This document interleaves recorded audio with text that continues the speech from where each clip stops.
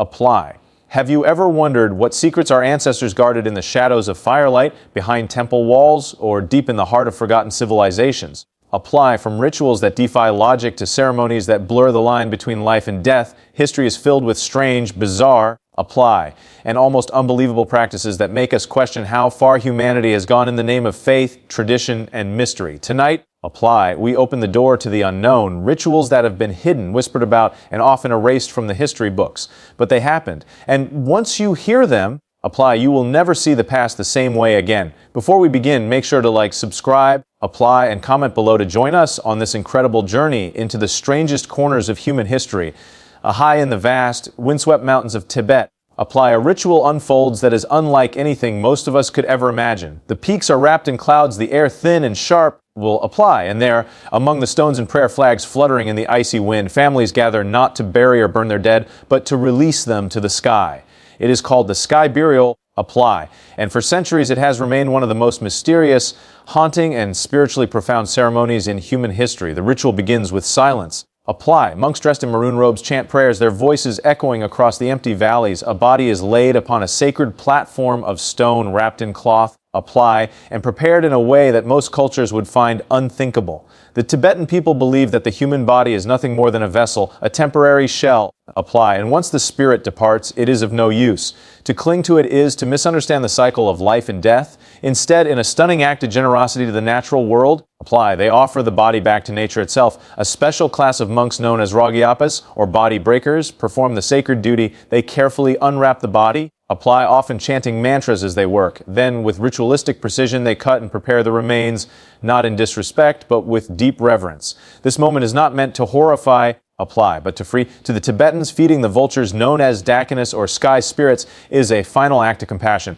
The birds are seen not as scavengers but as angels, apply, divine messengers who carry the soul upward into the heavens. And then it begins. From the horizon, dark-shaped circle, the beating of wings fills the air. Dozens apply, sometimes hundreds of vultures descend in a flurry of feathers and sound surrounding the platform. In a matter of minutes, the body is taken apart, consumed, apply, lifted from the earth by the power of flight. To an outsider, this might appear grotesque, but to those who understand, apply. It is a sacred transformation, a final merging of human life with the great cycle of the universe. The family watches not with horror, but with solemn pride. To them, apply, their loved one is not being destroyed, but set free. The soul is already gone, soaring in the winds of the Himalayas, while the body nourishes the sky's creatures. Apply. It is a ritual that teaches us something most of us fear to face, that death is not an ending, but a returning. It is not about holding on, but about letting go. Apply. What makes the Sky Burial so hauntingly powerful is not only its shocking imagery, but the philosophy behind it. In a world where many cultures fight against decay, apply, preserving bodies in tombs, caskets, or ashes, the Tibetans accept impermanence as truth. They embrace the cycle. Flesh becomes food, bones become dust, and dust returns to the mountains. Apply. In this way, the human body becomes part of the eternal landscape, inseparable from the sky above and the earth below. Apply. Travelers who have witnessed the ritual describe it as both unsettling and strangely beautiful. There is a raw honesty to it. Apply. A confrontation with the reality of death that strips away illusion. In a single moment, it collapses the barrier between the living and the eternal. The vultures rise, apply, their wings heavy with the last gift of the departed, and soon the sky clears. All that remains is the echo of chants, the whisper of wind, apply, and the certainty that life has not ended, it has merely changed form. In the Sky Burial, we glimpse a truth that resonates across cultures and centuries.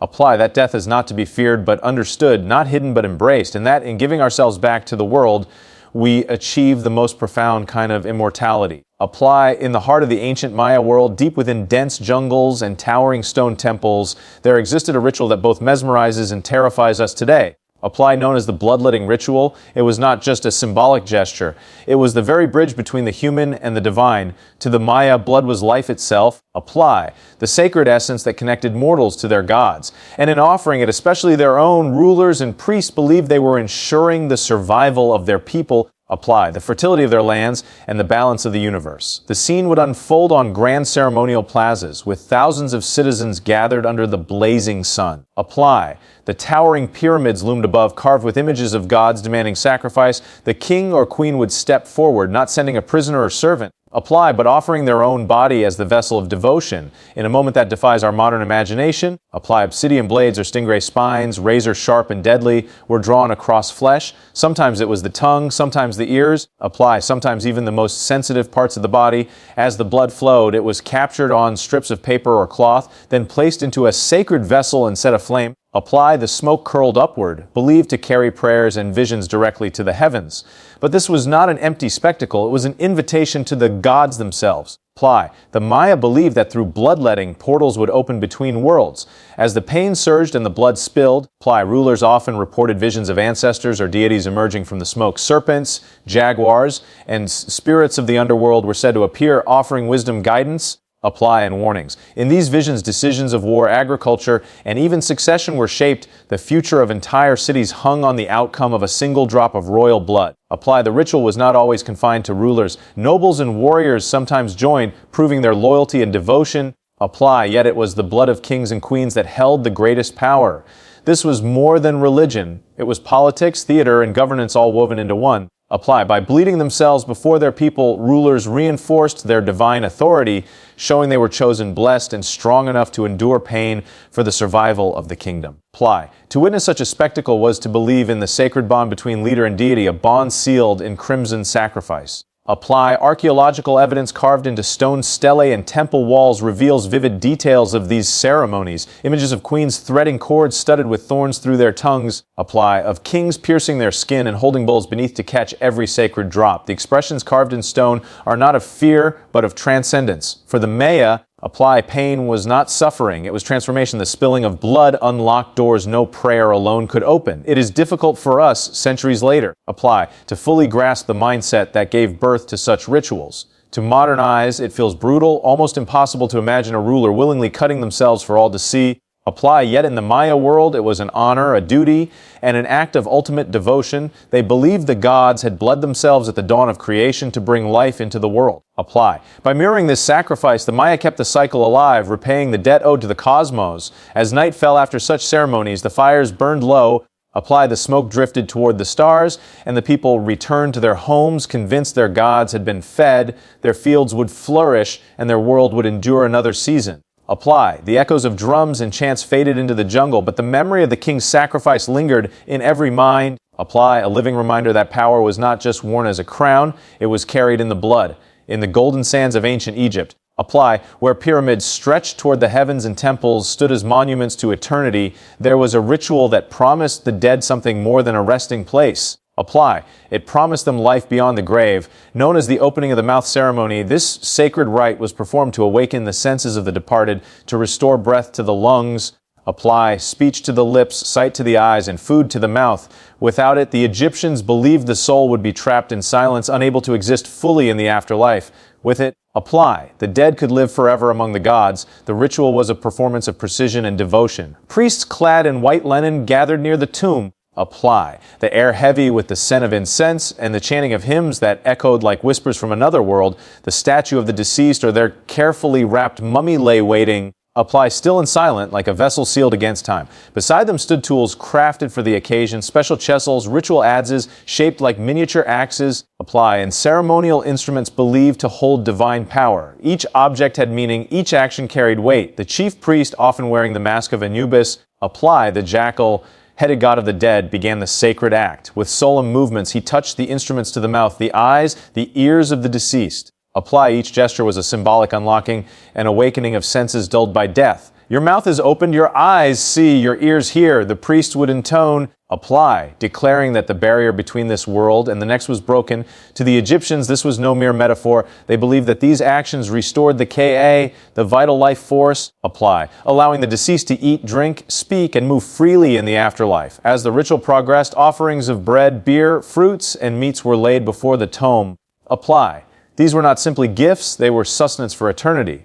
With the mouth opened and the senses restored, the soul could now consume these offerings. Apply, drawing strength for its journey into the realm of Osiris, Lord of the Underworld. The ceremony ended with prayers and invocations, the family and mourners watching in reverence. Apply, knowing that their loved one had been reborn in spirit, ready to join the eternal cycle of life, death, and resurrection. Apply. What makes the opening of the mouth ceremony so astonishing is how it reveals the Egyptians' deep understanding of ritual and symbolism. Apply. They saw life and death not as opposites but as stages of one grand continuum. Death was not an end, it was a doorway, and this ritual was the key. Without it, apply, the dead might wander lost, unable to see or speak in the afterlife. With it, they would walk among the gods, their senses sharpened, their spirit renewed. Apply. Archaeological discoveries have given us vivid glimpses of this rite. Tomb walls bear carvings of priests performing the ceremony, their hands poised with instruments. Apply. Their faces solemn with duty. Ancient texts describe the chants and spells recited, each word carrying the weight of divine authority. Even the tools themselves have been found. Apply. Carefully preserved, reminders of a belief system that bound together flesh and spirit, earth and eternity. To us today, the ritual may seem otherworldly, but to the Egyptians, apply. It was practical, even necessary. They did not see themselves as preparing the dead for sleep, but as preparing them for a new kind of life. In their eyes, apply. To neglect this ceremony was to condemn the soul to silence. To perform it was to give the greatest gift of all, the chance to live forever. And so, apply. In the flickering light of oil lamps and the echo of ancient prayers, the dead were reborn. Their mouths opened, their eyes unsealed. They stepped into the next world as complete beings. Apply. In that moment, the Egyptians believed death was not darkness, it was awakening. In the heart of ancient Mesoamerica, apply, where towering temples pierced the sky and the great city of Tenochtitlan shimmered with canals and palaces, there existed a ritual that still chills us centuries later. Apply. It was the lifeblood of the Aztec Empire, the ceremony that bound heaven and earth together. Human sacrifice was not an occasional act, apply, but a deeply woven thread in the fabric of Aztec belief. To them, it was not cruelty for cruelty's sake, it was survival itself. Without the gift of human blood, apply, they believed the sun would falter, the rains would vanish, and the universe itself might collapse into darkness. The grand stage for these sacrifices was the Templo Mayor, apply, the great temple that rose at the center of Tenochtitlan like a mountain carved by human hands. At its summit, priests stood cloaked in vivid garments, apply, their faces painted with streaks of red and black, embodying the very gods they served. Below, thousands of citizens gathered, apply, watching in awe and reverence as drums thundered like a heartbeat and conch shells wailed through the air. This was not a hidden act, but a public spectacle. Apply, an offering that united the empire in a shared purpose. The victims were often captured warriors, apply, taken in battle and kept alive not to be enslaved, but to fulfill a destiny far greater than their own. They were seen as chosen ones, living tributes to the gods. On the appointed day, apply, they were led up the steep steps of the temple, their bodies adorned with paint and feathers, their faces sometimes calm, sometimes defiant, sometimes trembling as the crowd roared below. Apply. For the Aztecs, this was not murder, it was sacrifice, the ultimate honor. At the top, the ritual began with precision. The priests, their hands steady from countless ceremonies, apply, laid the victim on a stone slab, the body stretched toward the heavens. A blade of obsidian sharper than any metal knife flashed in the sun. In one swift motion, the chest was opened, apply, and the still beating heart was raised high, its blood steaming in the cool morning air. The offering was presented to the sun god Huitzilopochtli, the life-bringer, apply, the warrior deity who demanded nourishment to continue his eternal battle across the sky. The heart was placed in a sacred vessel, while the body was cast down the steps of the temple. Apply, tumbling toward the earth in a dramatic reminder of the sacrifice just made. The scale of these rituals was staggering. Apply, chronicles written by Spanish conquistadors describe thousands sacrificed in a single festival, their bodies filling the temple grounds. While the numbers may have been exaggerated, apply, the reality remains astonishing. These sacrifices were vast, organized, and central to Aztec life. Festivals followed the calendar of the gods. Apply, each deity demanding their share, rain gods, earth gods, sun gods, all sustained by human blood. To outsiders, it seems brutal beyond comprehension, but within the Aztec worldview, apply, it was essential. They believed that their own gods had sacrificed themselves at the dawn of creation, spilling their divine essence to ignite the sun and set the world in motion. Apply, to maintain that balance, humans had to mirror this act, feeding back the blood that sustained existence itself. Without it, the cycle of life would collapse. For the Aztecs, apply, sacrifice was not cruelty, it was reciprocity. The atmosphere of these ceremonies must have been overwhelming. The pounding of drums, the smell of burning incense, apply, the sight of flames rising into the sky, all combined to create a scene of both horror and awe. To the citizens watching, this was proof of their empire's strength and devotion. Apply, a reminder that their lives depended on the god's favor, and that favor was bought with the most precious gift of all, the human heart. Will apply. When the sun dipped below the horizon and the ritual fires dimmed, the people of Tenochtitlan returned to their homes with a sense of certainty. They had fed the gods, apply, strengthened the world, and secured another dawn. The sacrifices were grim, but to them necessary, a reminder that life and death were not opposites, apply, but partners in the eternal dance that kept the cosmos alive. In the rugged land of ancient Sparta, where mountains carved the horizon and discipline forged an empire, apply. There existed a ritual so chilling, so shrouded in secrecy, that even the Spartans themselves spoke of it in hushed tones. It was known as the Crypteia, apply, a brutal initiation that transformed boys into warriors and bound them to the unbreakable machine of Sparta's military society. Apply. To understand is to glimpse the darker heart of a culture that prized strength above all else. The Crypteia was not a ceremony performed in temples or before cheering crowds. Apply. It unfolded in the shadows, hidden from the eyes of the world. Young Spartans, barely out of childhood, were chosen to take part. Apply. These were not the weak or the timid. They were the strongest, the most cunning, the ones destined to command. For them, the Crypteia was the final test. Apply. The wall they had to scale to prove themselves worthy of carrying Sparta's legacy. The ritual began with exile into the wilderness. Armed only with daggers, rations, and their wits, apply. The youths were sent into the night with one command: survive, but survival alone was not enough. Their true mission lay in the fields and villages of the Helots. Apply. The enslaved population that formed the backbone of Sparta's labor force. The young warriors were ordered to stalk the shadows, to kill Helots under cover of darkness. Apply. Striking without warning. It was said to serve two purposes: to instill fear in the Helot population and to harden the hearts of the young Spartans who carried out the killings. Apply. Imagine the scene: a cold moon shining over the fields, the rustle of crops in the night, and the silent approach of boys turned predators. Apply. Each step they took was both a lesson and a test. Could they move unseen? Could they strike swiftly? Could they kill without hesitation? To falter was to fail. Apply. And failure in Sparta meant disgrace worse than death. But the Crypteia was more than murder in the night. It was a ruthless education in survival. The boys had to live off the land. Apply. Steal food without being caught, endure hunger, thirst, and the biting cold. They became ghosts of the countryside, learning to hide, to ambush, to navigate by the stars. Apply. Every moment honed their instincts, stripping away any weakness until only the warrior remained. For the Helots, the Crypteia was terror. At any moment, in any season, apply, young killers could emerge from the darkness. It kept them in a constant state of fear, reminding them of their place beneath Spartan rule. For the boys, apply, it was a cruel passage into adulthood, a ritual that demanded not only skill but the death of innocence. They returned to the city not as children but as hardened instruments of war. Apply. Their loyalty to Sparta sealed in blood. The Crypteia also served as a kind of invisible wall, one that kept Spartan society intact. By unleashing its young men upon the Helots, apply, the state both suppressed rebellion and reinforced the idea that strength, cruelty, and discipline were the highest virtues. It blurred the line between ritual and reality, apply, between training and atrocity, and in doing so, it revealed the truth of Sparta's greatness. It was built not just on courage and honor, but on fear and violence. To us, apply, centuries later, the Crypteia stands as a dark mirror of what a society can become when war is not just a necessity but a way of life. Apply, it stripped away compassion and replaced it with discipline. It erased individuality and replaced it with duty. For the Spartans, it was the ultimate preparation. For the world beyond, apply, it remains one of the most chilling examples of how far a culture will go to forge its warriors. And so, beneath the stars in the silence of the night, apply. The young Spartans learned their final lesson in Sparta. Survival was not enough.